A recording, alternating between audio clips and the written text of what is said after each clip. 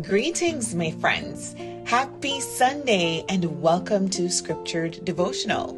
Here, we don't just read the Bible, we let the Bible read us. Today's Scripture Devotional for Sunday, October 19, 2025 will be on John chapters 20 and 21 with the theme, The Risen Lord and Breakfast by the Sea. Hey, if you got this in a message, don't just hit play, hit that link, then tap like and share this devotional.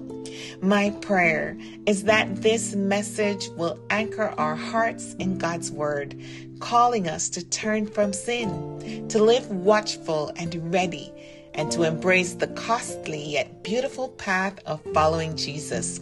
May the Spirit bring transformation, hope, and clarity as we walk daily with our Lord. In John chapters 20 and 21, the story explodes into resurrection dawn. Mary Magdalene meets the living Jesus. The disciples receive his peace and his breath. Thomas moves from doubt to worship. Then beside Galilee's waters, nets overflow, a charcoal fire crackles, and a humbled Peter is restored and recommissioned. The gospel closes not with an ending, but with a sending. Risen Lord, our God and our King, open our eyes at the empty tomb. Speak our names, breathe your peace on our fears, and feed our souls by the sea. Restore us, Lord, where we failed, and reignite our mission to follow you. Amen. Now to begin with our chapter summaries, Section 1, John 20, verses 1 through 18, the empty tomb and the name that calls. Mary finds the stone rolled away. Peter and the other disciple see linen lying there. Mary weeps. Jesus stands behind her, unrecognized, until he says her name, Mary. She clings, but he redirects. Go to my brothers and say, I am ascending to my Father and your Father. Psalm 16 verse 10 and Isaiah 43 1 is where we find our Old Testament links for this section. In Psalm 16:10, you will not let your Holy One see decay. Isaiah 43 1, I have called you by name. You are mine. Resurrection, my friends, is cosmic and personal. The world turns, and so does a single heart when Jesus speaks your name. So ask yourself, where do I need to hear Jesus call me by my name today? Is it in my grief, in my guilt, or in my confusion? Section 2 covers John 20 verses 19 through 23. Peace-breathed people. Behind locked doors, Jesus appears. Peace be with you, he says. He breathes on them. Receive the Holy Spirit. He commissions forgiveness, binding the message to their witness. What a powerful image. Our Old Testament link, Genesis 2 verse 7, where God breathes life into Adam, and Jeremiah 31 verse 34, where God says, I will forgive their iniquity, is where we find our wisdom for this section. My friends, new creation begins in a locked room. The Spirit breath turns panic into peace and spectators into sent ones. So ask, what door have I locked from fear that Jesus wants to step through with his peace? Section 3 covers for us today John chapter 20 verses 24 through 31. Its final verse, from doubt to my Lord and my God. This from Thomas. So Thomas misses the meeting. He wants touch and sight. 8 days later, Jesus meets him where he is. Do not disbelieve, but believe. Thomas finally confesses, my Lord and my God. John states the gospel's purpose here. These signs are written so you may believe and have life. Isaiah 35 verses 4 and 5 is our first Old Testament link for this section. And here we find fearful hearts strengthened and eyes opened. Habakkuk 2 verses 3 and 4, where the righteous shall live by faith, is where we close out our Old Testament wisdom for this section. My friends, Jesus honors honest doubt that stays present. His wounds aren't hidden. They become the doorway to worship. So ask yourself, what honest question do I need to bring to Jesus, not away from him? Section 4, breakfast and a boatload of grace, we find in John chapter 21 verses 1 through 14. All night the fishermen find empty nets, but at dawn a voice from the shore. Jesus says, cast to your right. 153 fish they caught, and the net holds. It is the Lord. Peter dives in to meet his Savior. On shore, a charcoal fire, then fish, bread, and an invitation. Come and have breakfast. In Ezekiel 47, verses 9 and 10, we see abundant fish where the river flows. And Psalm 23, verse 5, rounds out our Old Testament link when David says, you prepare a table before me. My friends, Jesus meets exhausted disciples with provision and presence. Grace, my friends, is practical. It's full nets, it's warm fire, it's a shared meal. And for us, it's reassurance that he is alive and he will return. So ask yourselves, where do I need to let Jesus direct my casting instead of doubling my striving? Section 5, where Peter is restored and recommissioned. We find this in John chapter 21, verses 15 through 19. 3 questions mirror 3 denials. Do you love me? 3 times. 3 commissions. Feed my lambs. Tend my sheep.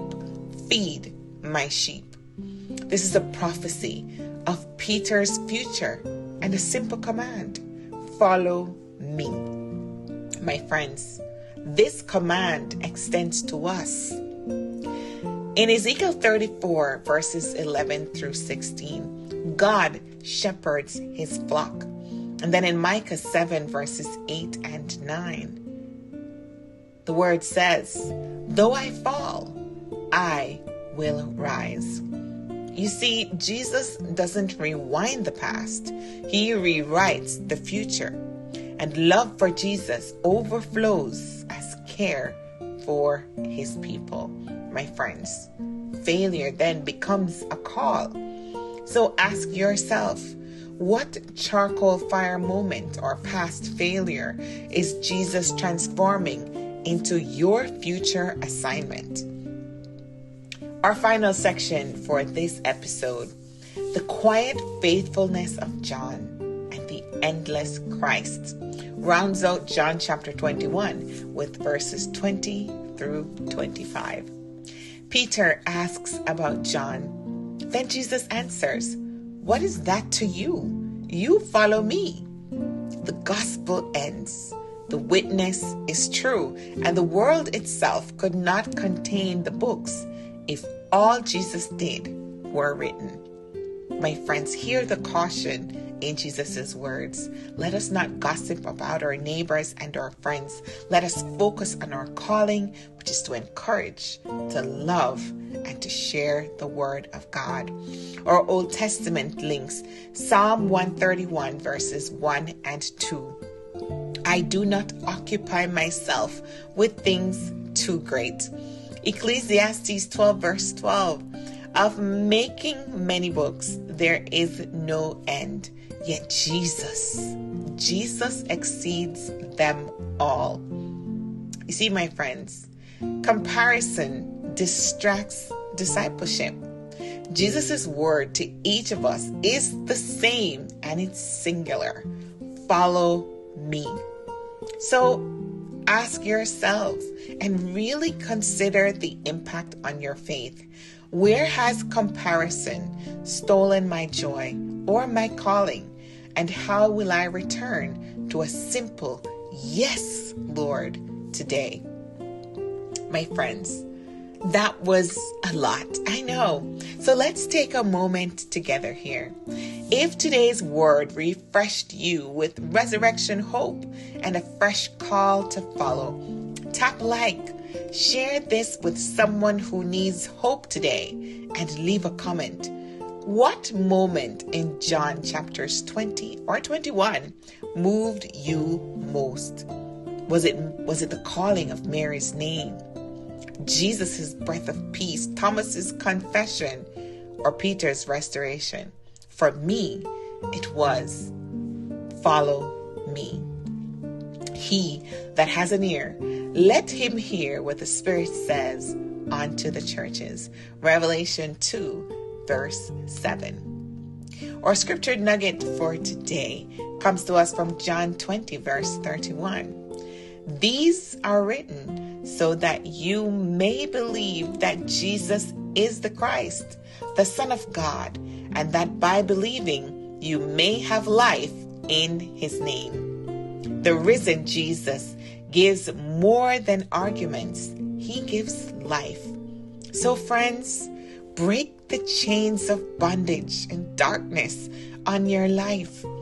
Break the fear that bolts doors, the doubt that hides instead of seeks, the shame that says failure disqualifies you from your calling, and break the comparison that muddies your obedience. If you agree with me, then pray with me. Risen Lord, Jesus, my God, my King, speak my name. Breathe your peace and draw me from doubt to worship. Restore me where I fell and set me to tend your sheep. Free me from comparison. My answer is yes, today, tomorrow, forevermore. Yes, I will follow you. Amen. My friends, open the door and receive his peace. Bring your doubts to his wounds and let failure become fuel for shepherding others. Lift your eyes from others' paths. You follow Jesus, not mankind, because Jesus is alive and his almighty power now lives and works through us. He still speaks our names. He still breathes his spirit. He still fills our empty nets and restores our callings. In his strength, we carry resurrection hope to a hungry world.